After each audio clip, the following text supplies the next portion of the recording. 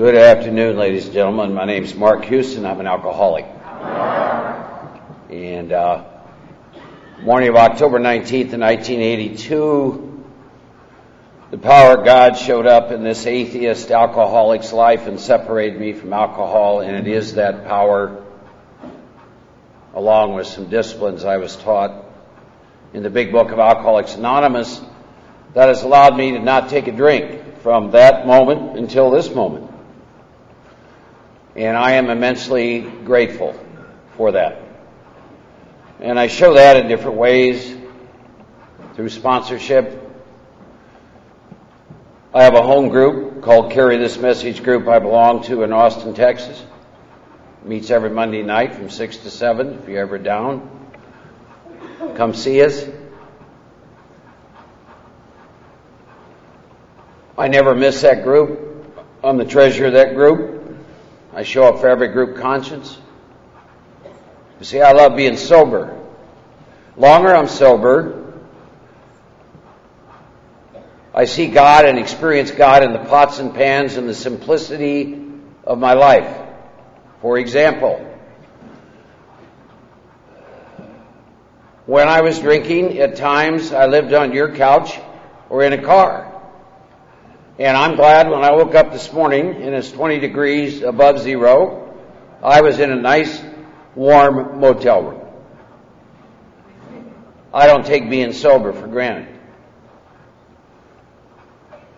I had a choice of more than one pair of shoes to come and wear to spend some time with you. I had a choice of several shirts and several ties.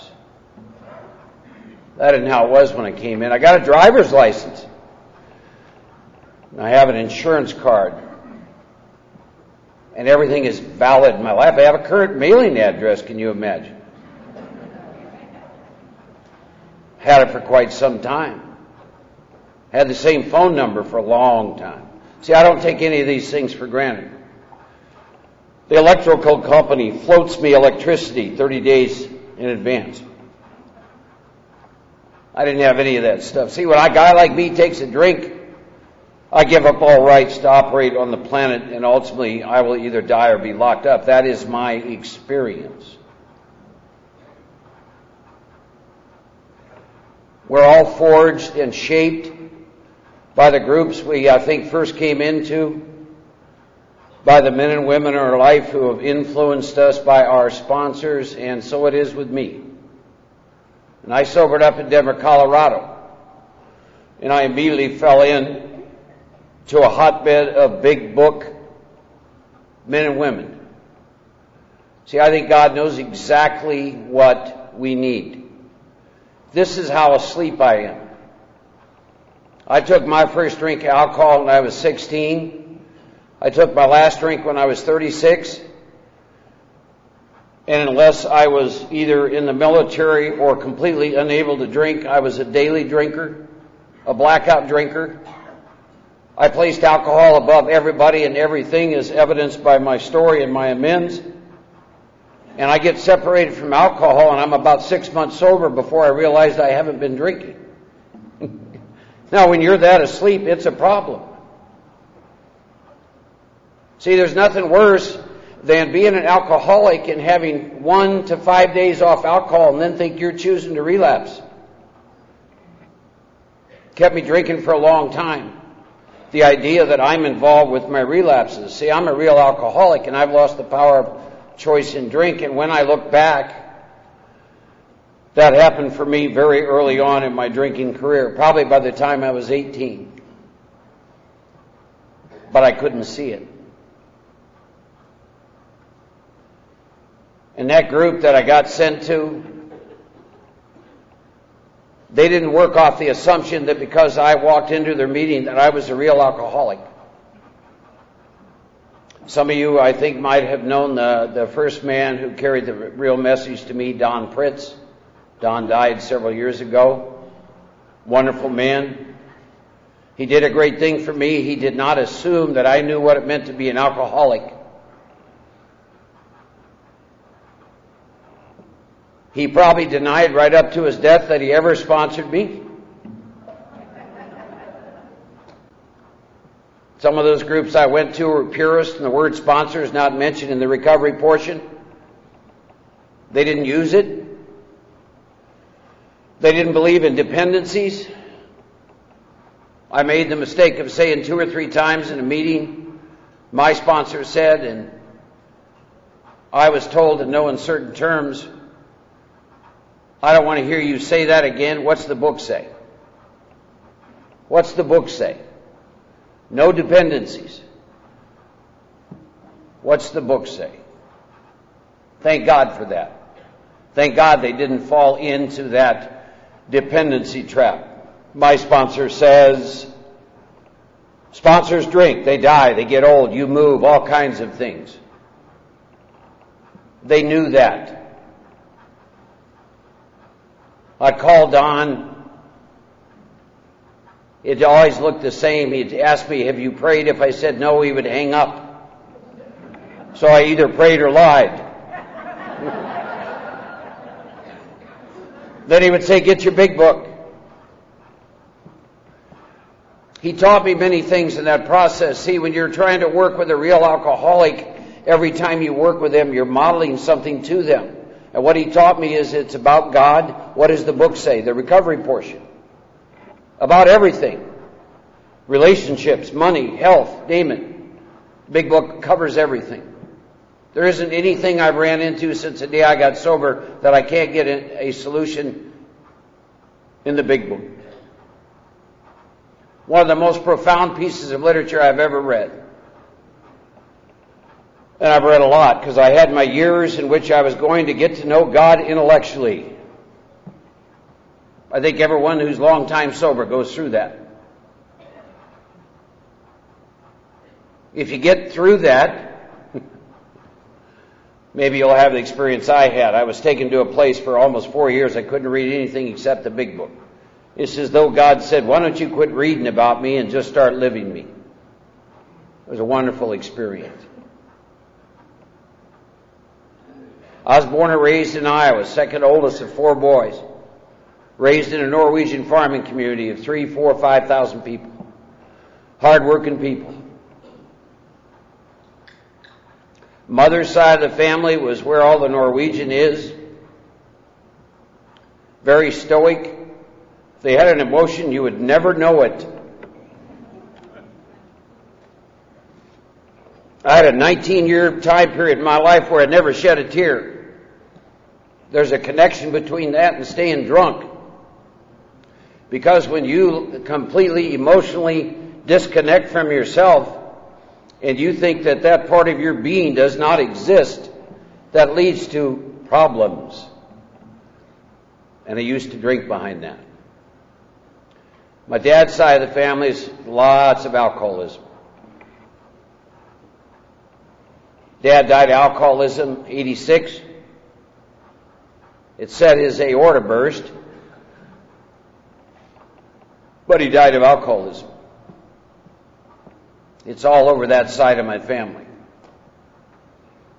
That isn't what makes me an alcoholic. What makes me an alcoholic is I take a drink and I break out in a phenomenon called craving. And I'm going to drink until the craving's satisfied. My last drunk lasted 1.5 years.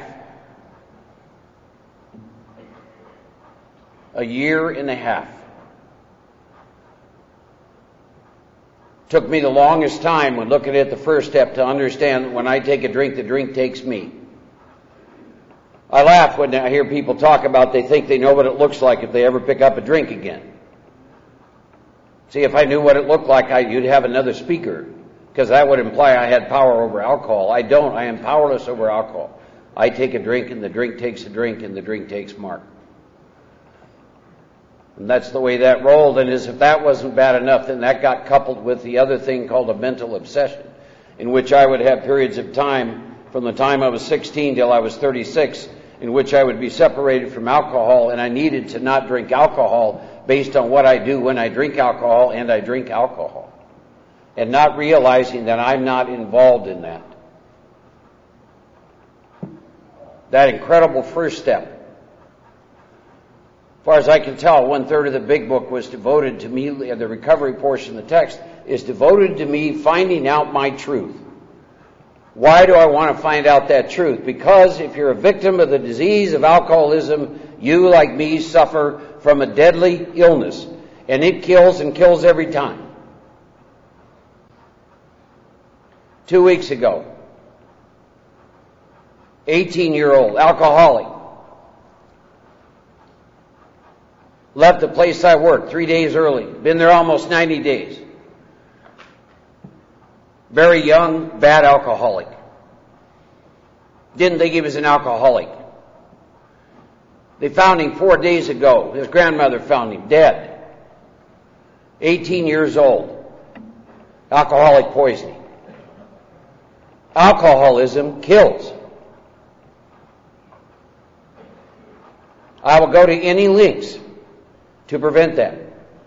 Relapse is not okay with me. Because many people like him never make it back into the rooms. I have been accused of being serious. Gee, I don't know why I would be serious. The ones who accuse me of that are normally people with a lot of relapse history. We were talking earlier. My experience is if you want to stay sober, you better turn into a marathon runner. This is not for sprinters. The one thing I notice about the men and the women in my life who had some shape and influence on me when they died had several things in common. And none of them are very complex. They all had a sponsor, which I do. They still all belong to a home group, which I do. They still all sponsored men or women, which I do. They work with the daily disciplines of the 10th and 11th step. And they did their best to live these principles in their lives on a daily basis. Very simple stuff. The ones I see who drink, move away from that. I've watched people pray and meditate themselves right out of the rooms and get drunk. I've watched it happen via church. I do a lot of stuff with 11th step, but I do it along with, not instead of. I met God in the rooms of Alcoholics Anonymous and in my own personal experiences through the steps. I don't think I need to go anywhere else. Do I do a lot of other things alongside that? Of course I do. 11th step, be quick to see where religious people are right, make use of what they offer, and I do. I'm a thief. Want to find out about meditation? Go visit monasteries. Go talk to a Buddhist who's been meditating 30 years. I do stuff like that. I find it to be fascinating. Go visit a monastery, Gethsemane, and visit a monk who's devoted his life to worship and prayer, if you want to find out about worship and prayer. Say to him, tell me about that. How come when you wash dishes, it looks like you're handling something holy? You want to tell me about that? They started to teach me about all the things the big book said.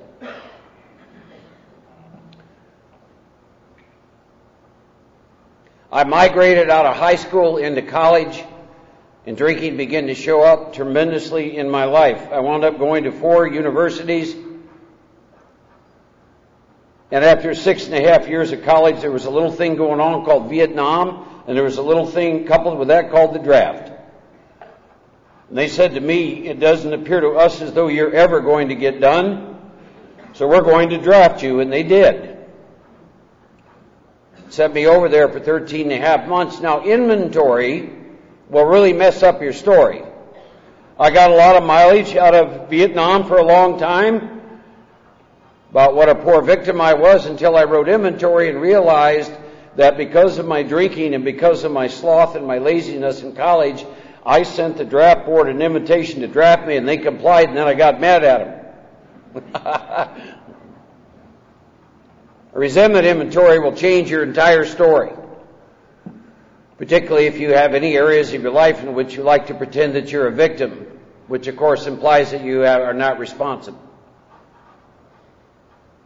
I came back from there, went back and finished up college, got married and roared off to San Francisco in a new Volkswagen, $150 and a wife. Went to work for a major insurance company in San Francisco as a claims adjuster. What a great life for an alcoholic. Unlimited expense account, big Bonneville in San Francisco. Napa Valley, wine, outside issues. I had a ride. Amazing stuff.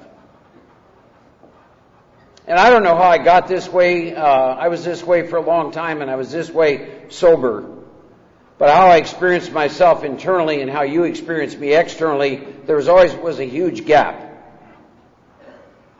You know, it's that old thing of, I'll bet I'm not alone in this. I got constantly in my report cards, not working up to his potential. You ever get that one? And these people would tell me I was capable of doing all of these things, but inside I had a voice that said to me, it's only a matter of time till they find out who I really am, and the axe will fall. So I was always moving on to the next job. Left San Francisco, went up to Eugene, Oregon, and then Portland, Oregon. And my alcoholism, my drinking, it's getting worse and worse. And part of my story in my alcoholism, as the drinking gets worse and worse, the phenomenon of craving and the mental obsession, I begin to compromise in every moral value system I was raised with. Begin to commit adultery. Alkies are funny. You don't hear that word very much from the podium. We don't mind having affairs, but heaven forbid we commit adultery. I committed adultery. When you're married, that's what it's called, yeah. And the shame, the guilt, the remorse of that, not being able to give my employer a full day's work, and now I'm in that groundhog cycle, and it all feeds itself. And pretty soon I'm drinking more than I'm working, and pretty soon that job goes away. And I moved up to the state of Washington, and then I moved up to Alaska. Was in Alaska for a year. Hard place to drink if you're an alcoholic. They have this several months of the year when it's dark and several months of the year when it's light. And it gets very confusing when you walk out of a bar at 2 o'clock in the morning, it's broad daylight. You get very confused.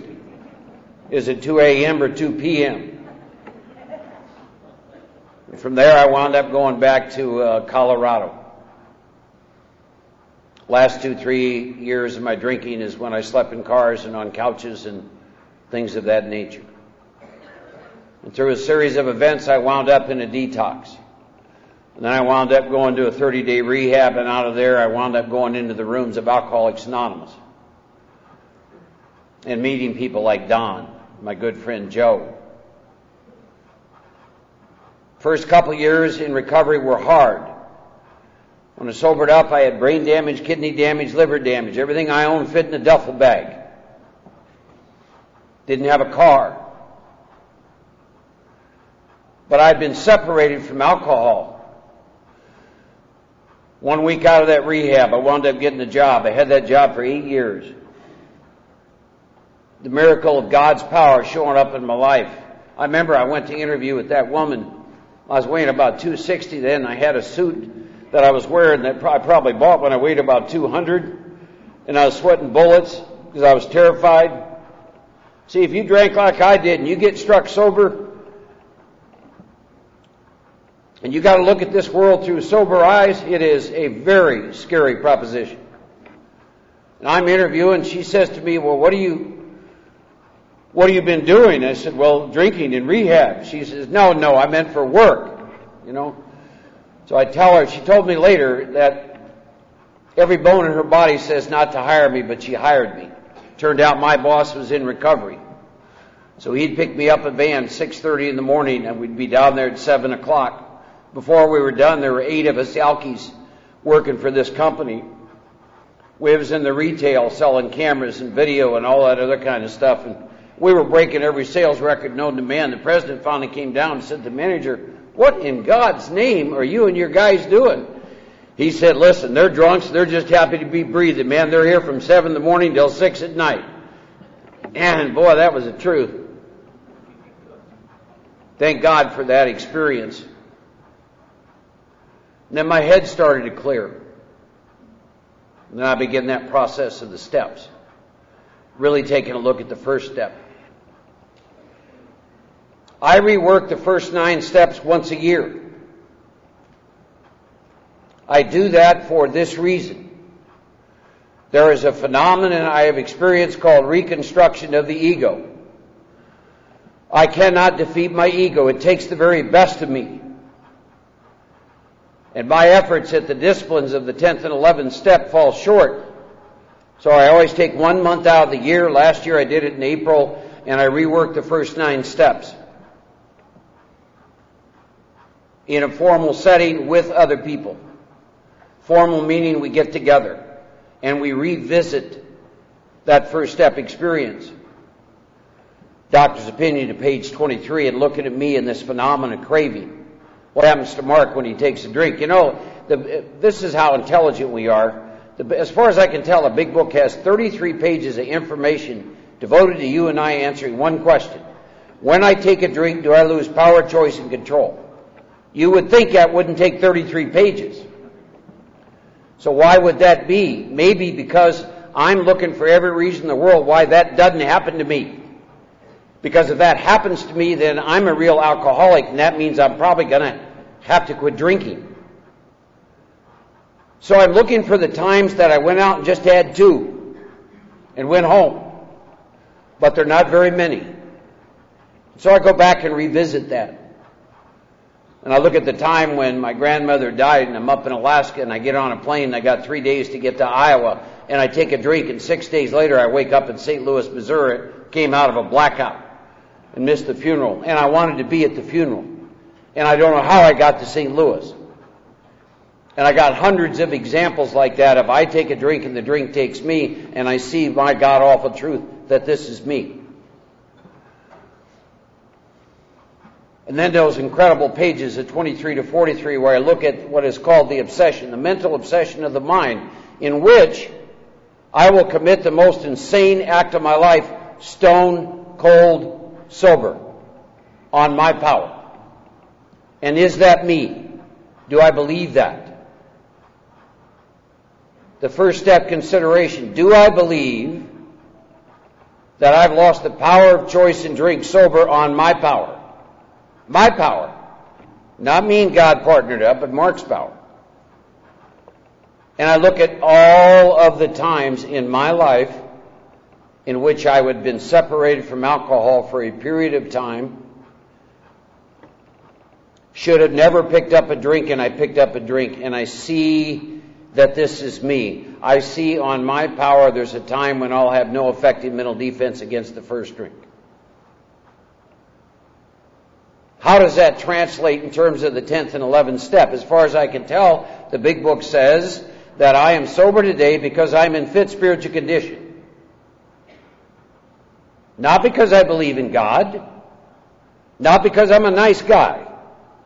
Not because I have a home group. Because I'm in fit spiritual condition. And if in fact I've lost the power of choice and drink and I have no mental defense, then maybe that's why I'm going to do the mental disciplines of 10 and 11 every day, which is why I do them. Because see, I don't know if today is the day when my mind says, you know, they didn't have Corona when you were drinking. And there's some new wines out there. See, maybe today's the day. I don't care to have that experience. So I'm going to do what I need to do to stay in fit spiritual condition. And in fit spiritual condition, the power of choice is removed from me. I laugh about that sometimes. You know, I'll be in the grocery store and I'm not present to what I'm doing. I'm in the internal dialogue, listening to the voices. Y'all know what I mean by that, right? And you wake up and you're in the liquor aisle, surrounded everywhere you look. You see, and that can happen to us, and we can be in a position of neutrality, can't we? Sometimes I just stand there and look at those beautiful bottles. See, I think on any given day I still love alcohol more than most people drinking it. Because of what? Because of the effect it produces. See, I'm not a guy that just quit drinking and go to meetings, works with. Because of the effect produced by alcohol. The 9th step promises, when I took a drink and the drink worked, the 9th step promises came true in my life. You try and ask a normal drinker, you say to them, what happens to you when you take a drink? They will not use the words that you and I use. Because see, I don't know if today is the day when my mind says, you know, they didn't have Corona when you were drinking. Oh, I felt close to God. I felt at one with everybody and everything. They don't say that. I remember once I said to my mother, bless her heart, she's dead now, but I said, she wasn't an alkie, I said, Mom, when you take a drink, do you lose control over how much you drink?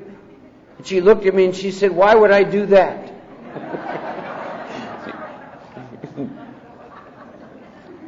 See, non-alcoholics, their responses to the questions in the big book about me and this perverse relationship with alcohol are very, very different. So I see I'm in those pages where they talk about Fred. Fred drank when there wasn't a cloud in the horizon. Talked about Jim. Jim drank suddenly. I have experience with suddenly. The thought occurred. I have the experience of the jaywalker.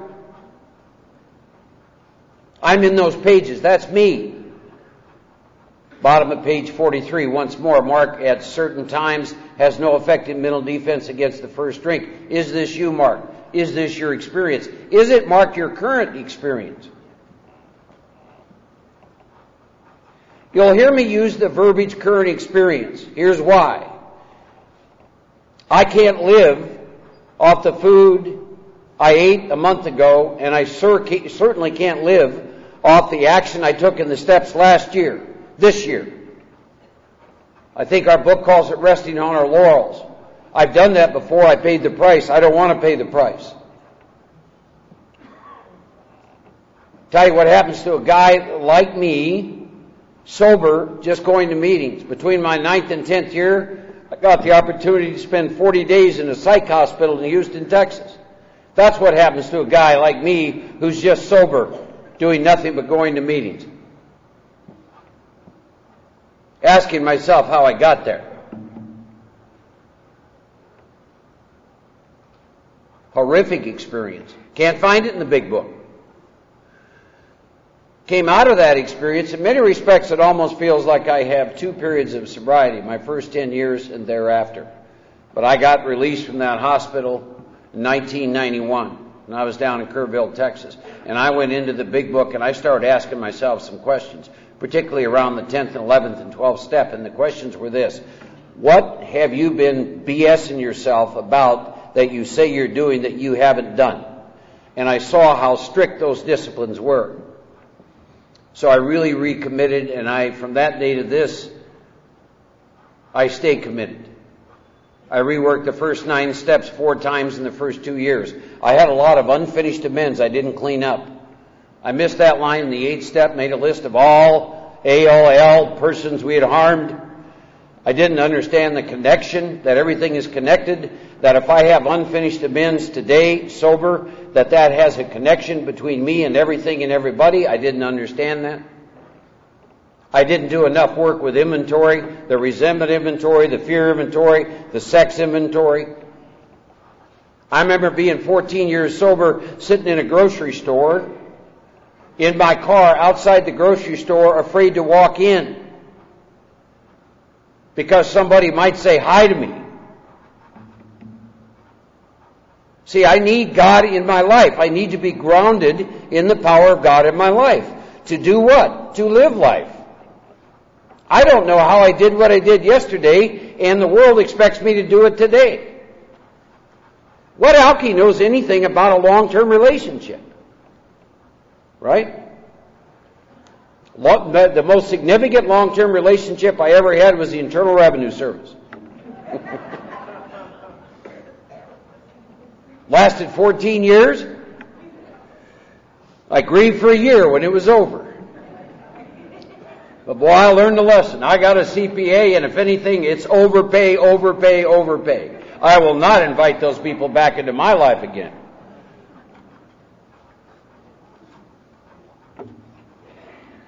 A line I work with all the time in the big book is all Mark's troubles are of Mark's own making.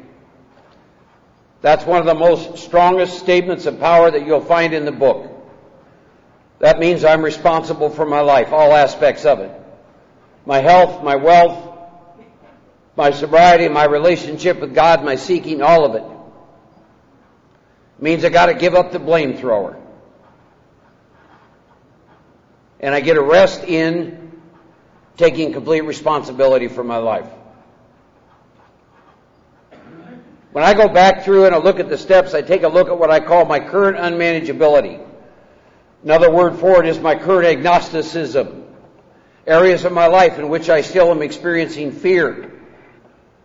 Areas in which I might be having trouble in personal relationships.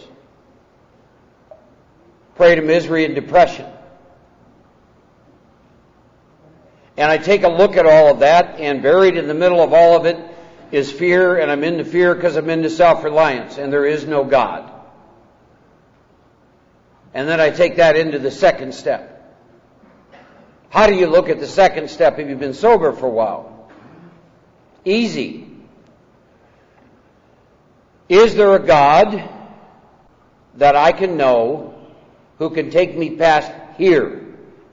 Take me past every experience I've ever had into dimensions of joy, wonder, love, service that I know nothing about. Because if there's not more of God past here, then God is limited. The idea that I know everything there is to know about God within the confines of my brain, second step is very exciting to me every time I look at it, every time I go back through. Is there more past here? Choosing once again that God is everything in my life. That choice, what an incredible choice. God is everything. Placing everything under that umbrella, that power, that protection. Coming up to my third step. Am I convinced my life run on my will? 27 years without a drink, drunk or sober, cannot and will not work. And I make a list of the areas in which I am attempting to run my life on my will. I start with people around me. Sponsees who won't do what I want them to do. Right? Employees. And I start to see where my self-will. See, the longer I'm sober, the harder the work. Here's why. My ego has a new face. It's called this guy, been sober a while. A spiritual man. An elder of the group. A clean car. Money in the bank. It's still ego. It's just got a different face. Hell, when you're new, it's easy to see all that stuff. You get sober for a while. Get some time, get some experiences behind you. The ego still operates in the same fashion. Just has a different look to it. This lets me see what I'm rubbing up against. How am I in my 27th year suffering from the delusion I'll be happy and satisfied if I manage well? And I make a list of that. Because that's where I'm going to see my current agnosticism. And then finally, the big book hits me right between the eyes once again about this is what's really wrong with you. Mark, the root of your whole troubles. You're selfish and self-centered. Big book is a fascinating piece of literature in that they wait till page 62 to tell you what's wrong. Prior to that, they have you and I thinking it's about alcohol. You see what I'm saying? You see, that's cruel. You come into AA and you think it's alcohol, right? That's what you hear. It's on the wall. It's the name of the book. You get to page 62, goes, no. Really, your trouble is you're selfish and self-centered.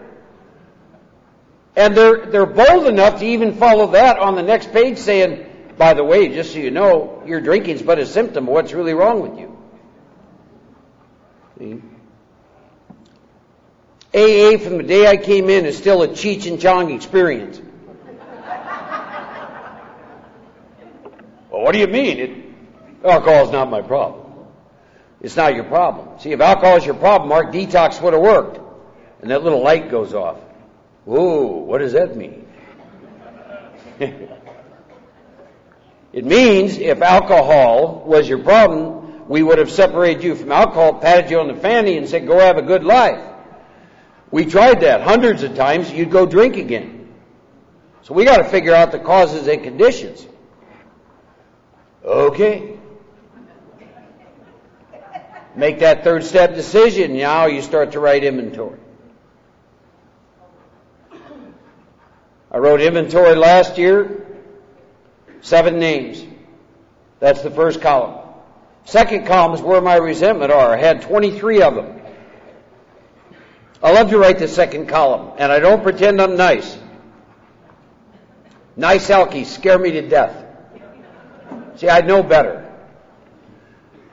Don't you love that? You know, it's like, you ever go to a meeting and you hear about being people pleasers? Can you show me the connection between me being a people pleaser and selfish self-centeredness is the root of my trouble? See, if I ever pleased a person, trust me, I had a motive.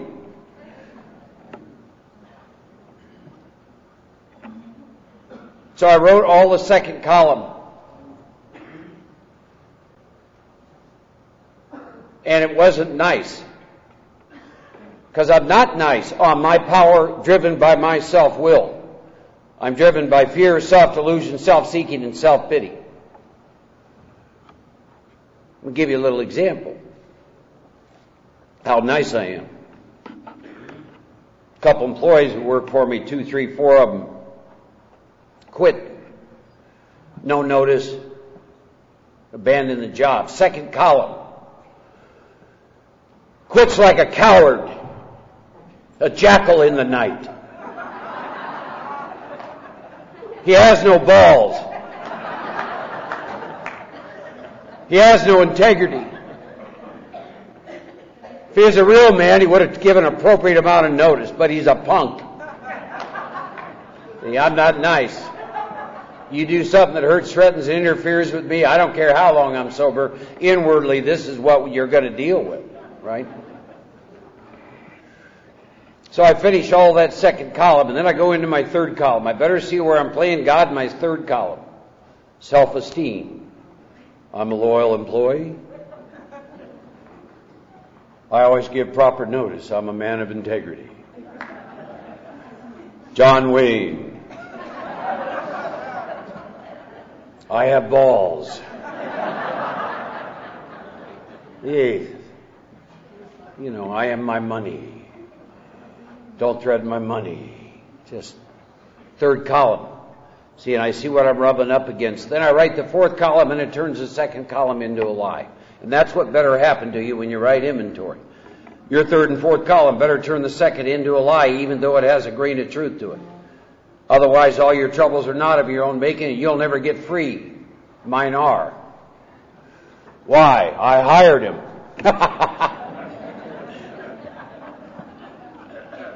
I hate that part. Fear inventory. Written fear inventory in many different ways. Most of the time I'll write a 2-column inventory. Sometimes I do 3 or 4. Put down the fear. Why do I have the fear? I get very, very specific. Get done with that, and you read those 2 incredible chapters in the big book around the fear inventory, where it gives you a way to deal with the fears that you're experiencing in your life, where you're going to let God demonstrate through you what God can do. What an incredible thing. You and I do the work, particularly the work of 4 through 9, work with the disciplines of 10 or 11. God will demonstrate through us what God can do. I don't have any power to not drink alcohol and be a selfish, self-centered human being. Instead, I get to be up here with you this weekend, share some time with you. I get to sponsor men. I get to be of service. I can't do that on my power.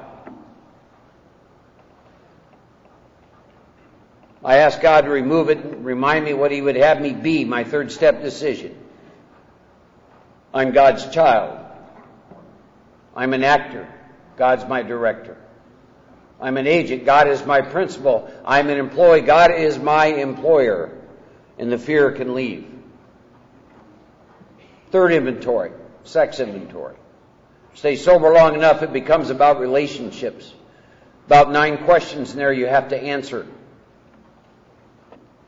So you write those 3 inventories. Last year when I did that, and we'll do it again this year when I go back through, there were 4 of us went back through the steps together. One guy had 22 years, one guy had 6, one guy had 2.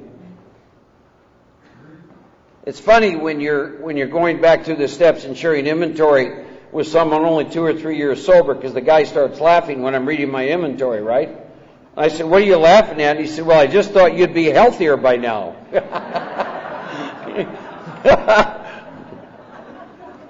I said, "Well, you're wrong." A friend of mine says, "Don't get too well on me, Mark." So we shared our inventories. Very powerful process. Then I leave there and I spend an hour and I answer those questions. Bottom of page 75. Take a timer, set it for an hour. Whole bunch of questions. Construction questions. Questions about the stones and is your foundation in place and the mortar. Have you reviewed the first 5 steps? Do you know God better? What an incredible question to ask after an inventory. See, it's more Cheech and Chong stuff, right? I share this pitiful inventory with these 3 guys, and then I leave and I'm spending this hour with God. And one of the things that should have happened is, do I know God better because I shared this pitiful inventory with these 3 pitiful guys? And the answer was yes. You know why? Because my inventory is a reflection of who I am not. And in the process of reading that to these guys, that drops away from me. And I have a chance to experience more of who I really am. So I did know God better. What a loving experience that is. And then I go right into 6 and I identify the defects of character I saw when I read the inventory. I get down on my knees and ask God to remove them in the 7th. This stuff about unwilling to let go of, I gave that dance up a long time ago. I don't want to ever take a drink. I'm willing to let go of it all. And I never second guess what God's going to take and what God's going to leave. That is not my business. As far as I can tell, that which created my ego is the one that will destroy it. If God wants to remove it, so be it. I've never met an enlightened Elkie. God, we'd be dangerous. My defects drive me close to God. See? Made a list of amends. I had, actually, in addition to those 7 names, I had about 7 more. Within 2 weeks, I'd finished those amends. And I'm back at peace. And then I begin to pick up the disciplines at 10 or 11 again. Doing some work with Emmett Fox, some stuff with Thomas Merton. Merton will really challenge you. I love Emmett Fox stuff. I'd done some of that in the early years. Great book called Find and Use Your Inner Power. Power, Constructive Thinking.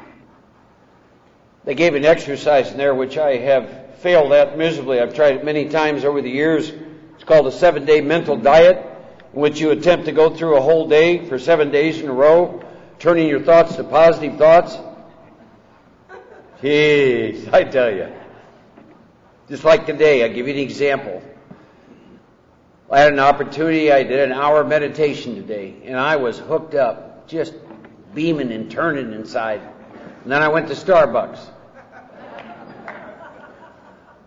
I decided I'd go inside, not the drive-through, and I'm still pretty hooked up, and then I get in there, and there's this long line. There's these 2 ladies ahead of me, and they cannot figure out what they want. And I'm waiting. And I'm waiting. And it starts. See? So I'm going to keep trying the 7-day mental diet. We'll see how we do. Like the book says, I claim spiritual progress, so it's getting better. I was reflecting on that last year. I had 3 times in which I experienced extreme anger. Only 3 times. Now, that don't misunderstand what I'm going to tell you. Does not mean I didn't get angry. I'm talking extreme. And I tell you how much progress I made. It is so foreign to me now, it literally made me physically sick. And what I really need to look at is, why was I so afraid? Because that's what that was about. See, that's tremendous progress for a guy like me. Most days I get up at 4 a.m. I begin my day with non-conference approved 24 hours a day. Says, upon awakening, Mark considers his plans, and I go through and do the prayers.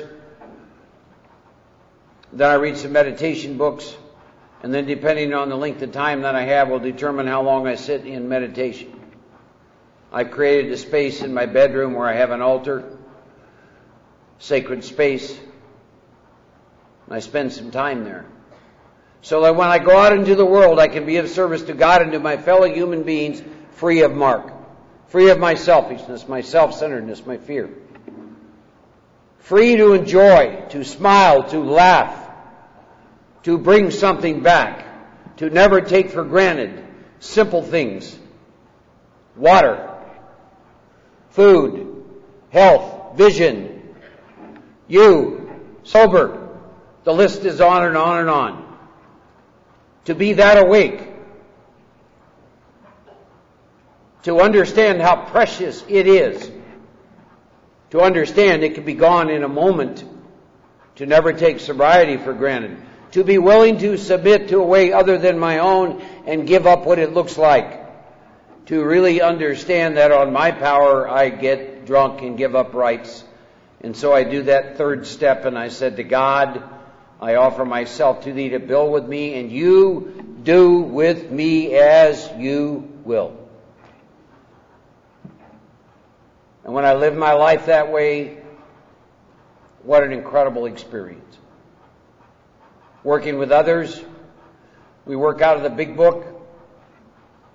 I normally meet a minimum every 2 weeks with the men I work with. They have varying lengths of sobriety. We talk about what's going on in their life. We talk about where they're at with the steps.